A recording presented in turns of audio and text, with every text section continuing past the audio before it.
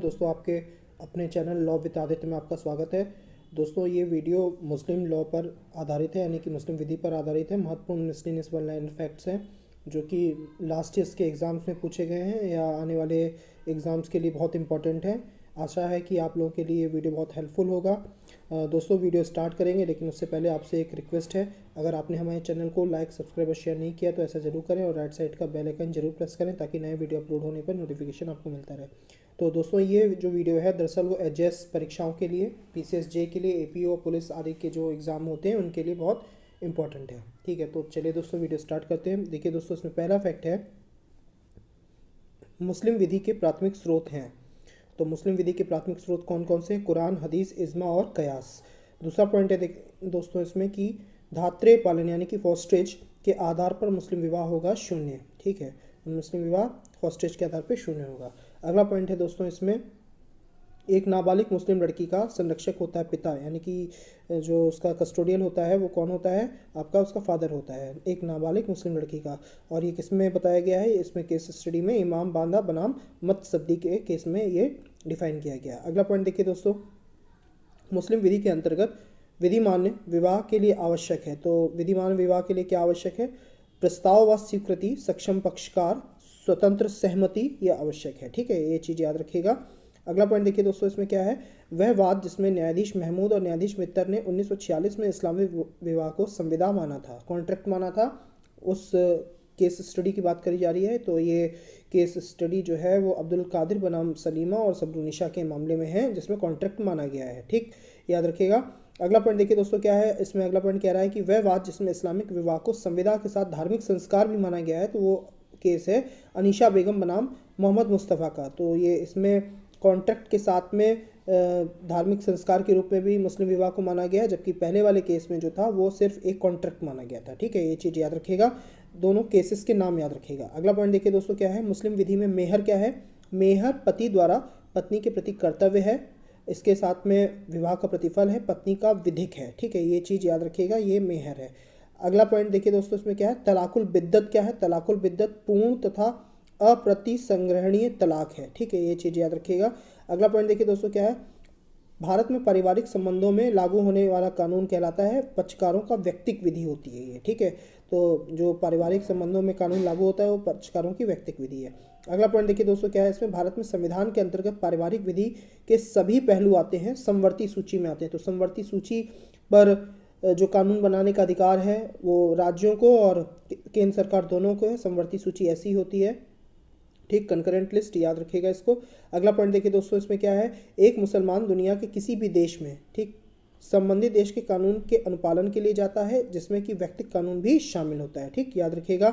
अगला पॉइंट देखिए दोस्तों इसमें क्या है?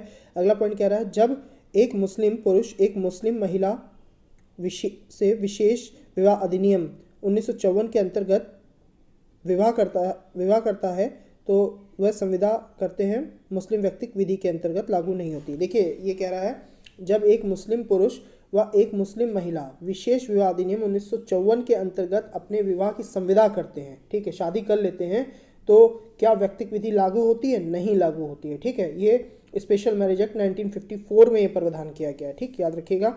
अगला पॉइंट देखिए दोस्तों क्या है? शिया विधि के अंतर्गत पति बोलने की क्षमता रखता है और तलाक की लिखित घोषणा करता है, ऐसा तलाक होगा शून्य।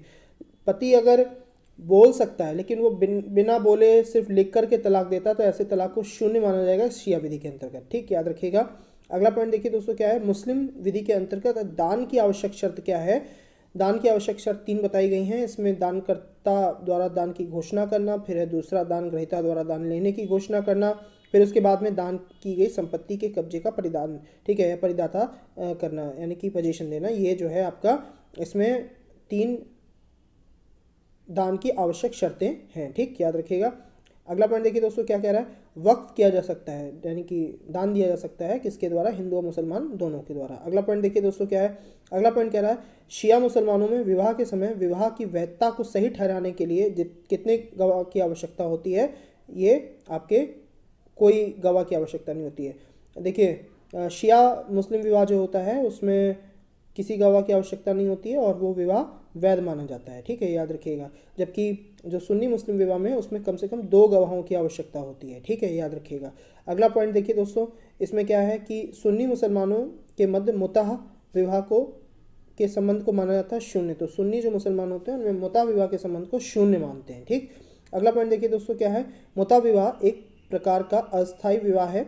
मुस्लिम समुदाय का यह समुदाय जो इसको मानता है तथा शेष अन्य संप्रदाय जो इस्लाम को मानते हैं इस विवाह को नहीं मानते। तो देखिए दोस्तों, यह आंसर है अपना अशरिया शिया संप्रदाय।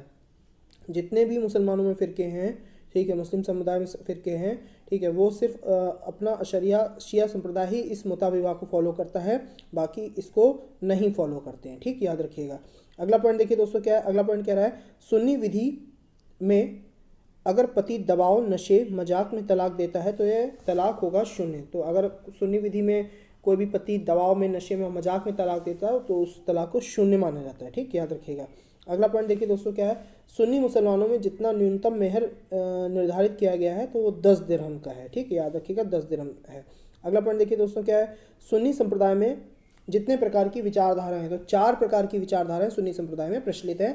पहला देखिए, 4 विचारधाराएं कौन कौन सी हैं। अगला पॉइंट कह रहा है कि सुन्नी संप्रदाय की 4 विचारधाराएं हैं, कौन कौन सी, हनाफी, मलिकी, शफी, हनबाली। ठीक, याद रखिएगा।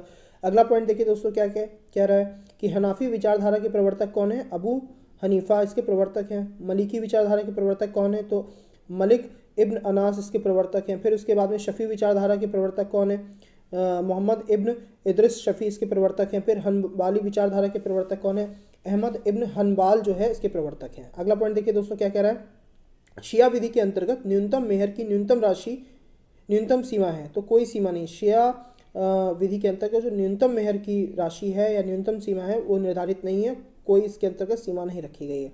अगला पॉइंट देखिए दोस्तों, क्या कह रहा है, एक सुन्नी मुस्लिम एक किताबिया लड़की से विवाह करता है तो ऐसा विवाह होगा वैध। ठीक है, तो किताबिया का मतलब होता है कि जो इस्लाम में ना हो, ठीक है, तो गैर इस्लामी लड़की से शादी करता है तो ऐसा विवाह वैध होगा।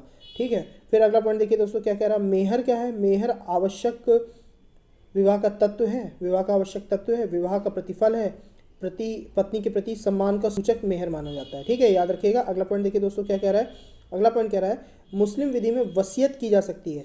तो केवल 1/3 संपत्ति की, जितनी भी संपत्ति केवल 1/3 संपत्ति की वसीयत की जा सकती है, लेकिन अगर इसके ऊपर की वसीयत करनी है तो आपके सभी परिवार के जितने भी उसके हिस्सेदार हैं उनसे सहमति लेनी पड़ेगी। ठीक है, ये चीज़ याद रखिएगा।